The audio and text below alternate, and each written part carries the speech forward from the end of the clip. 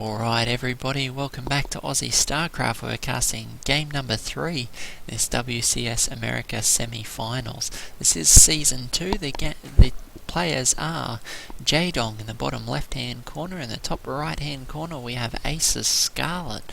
So these players, some of the best Zerg players in the world, meeting up in a Zerg vs Zerg semi-finals to determine who'll make it through to the finals and have a crack at a $20,000 prize pool. To give you an idea, the WCS prize pool for the regional tournaments is $20,000 for first place, $12,000 for second place, and third and fourth places both take $7,000 prize pools. So quite a substantial amount of money, not to mention all the WCS points that you can get by placing as well. So a lot on the line for both these players, and we've seen an extremely exciting series thus far, with both players playing at highly aggressive. So we'll see if this game's any different, or if we'll be seeing a longer macro style game out of these players.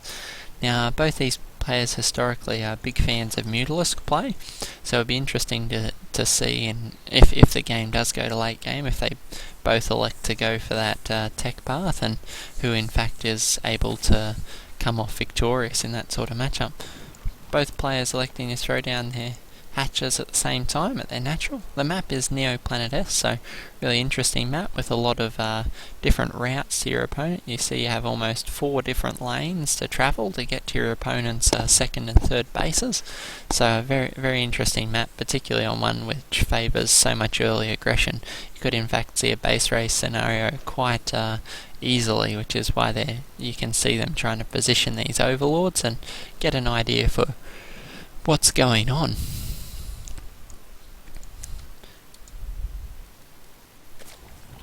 A spawning pool coming down now for both players, almost exactly mirror timing out of both these players. You can see 17 supply each, spawning pool halfway finished, naturals likewise almost finished, so almost identical choices. We do have gas on the way for Jaedong and no gas on the way for Scarlett, so there's a slight differentiation in the build there. Scarlett likewise will probably pick that up pretty soon. We'll see if that timing plays any role in the game, or if it's or if they skip that portion of the tech tree entirely. Both players scouting with overlords, not electing to drop any Zerglings as of yet. If we look on the production tab, we have 2 Zerglings coming out from Jaedong, so he'll likely be scouting out with these, try to get a bit of map control and a feel for what Scarlett's up to.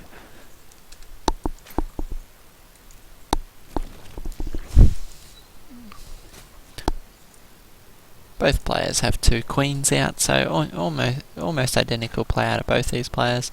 Jaedong going for a Roach Warren again, which is an interesting decision.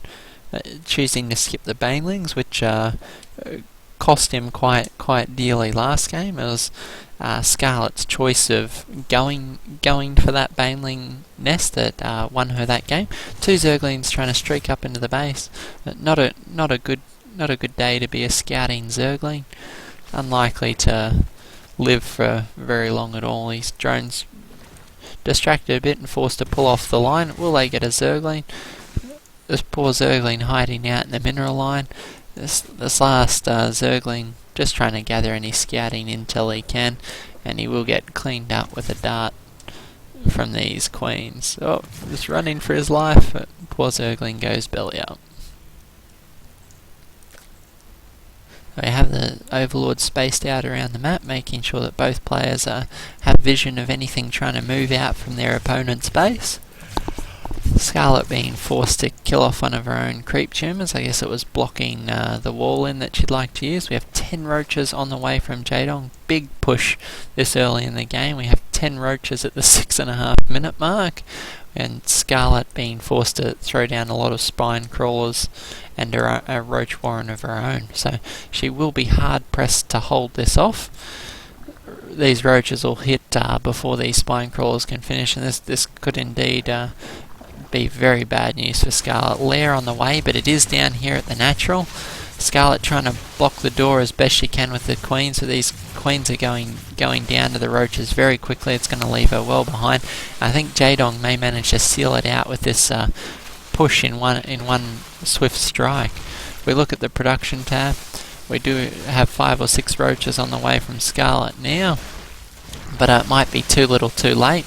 Jaedong is all over a natural expansion, being forced to stop mining and pull back into the main to hold. Scarlett has got a lair down here, which is another bad situation to be in. Her lairs are quite susceptible to being picked off. Scarlett trying to use the broodlings for some additional advantage against this roach, but it looks like the roach sledgehammer of Jaedong is going to push straight up into her main and may well seal this game straight out for Jaedong.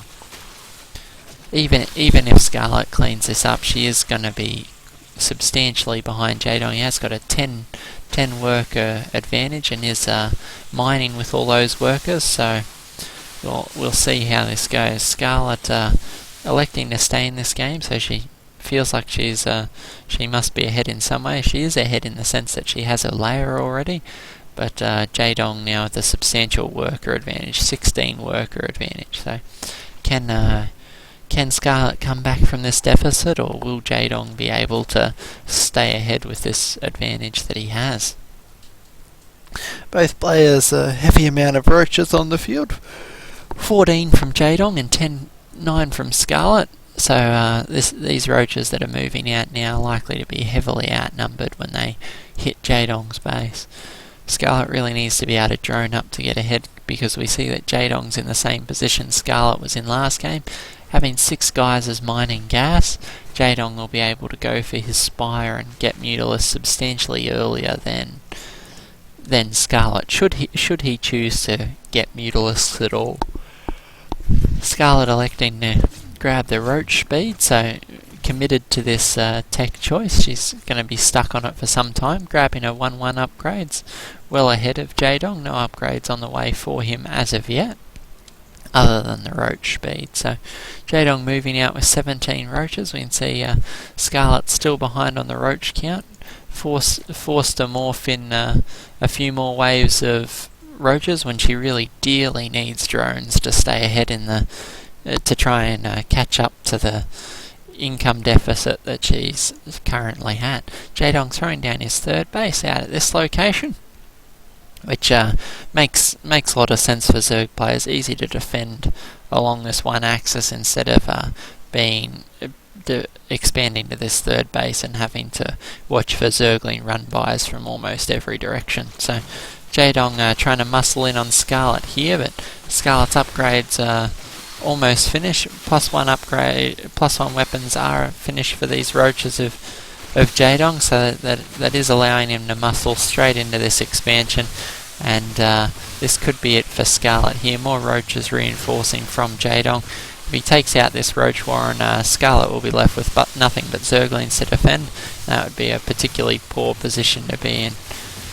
Notice Jaedong able to execute this timing very well. He's had a substantial amount of time when his +1 weapons was finished, and Scarlett's weapon and armour still a ways off, so Jaedong able to beat his way in yet again. We can see that in the course of the game 23 workers have been killed by Jaedong, so Scarlett forced a GG out of game number 3, and we have it going to a 4th game with Jaedong up 2-1, so the Tyrant able to take a bit of a lead in this series. Will Scarlett be able to make a comeback, or will Jaedong take game number 4 and progress to the finals?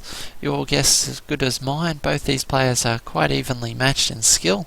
Who are you guys rooting for? Let us know down below. Would you love to see Jaedong win the title, or do you want to see a foreigner make it through to this Korean-dominated semi-finals? We will catch you in game number 4 to see what happens. Hope you guys enjoyed it, and we'll see you in the next cast.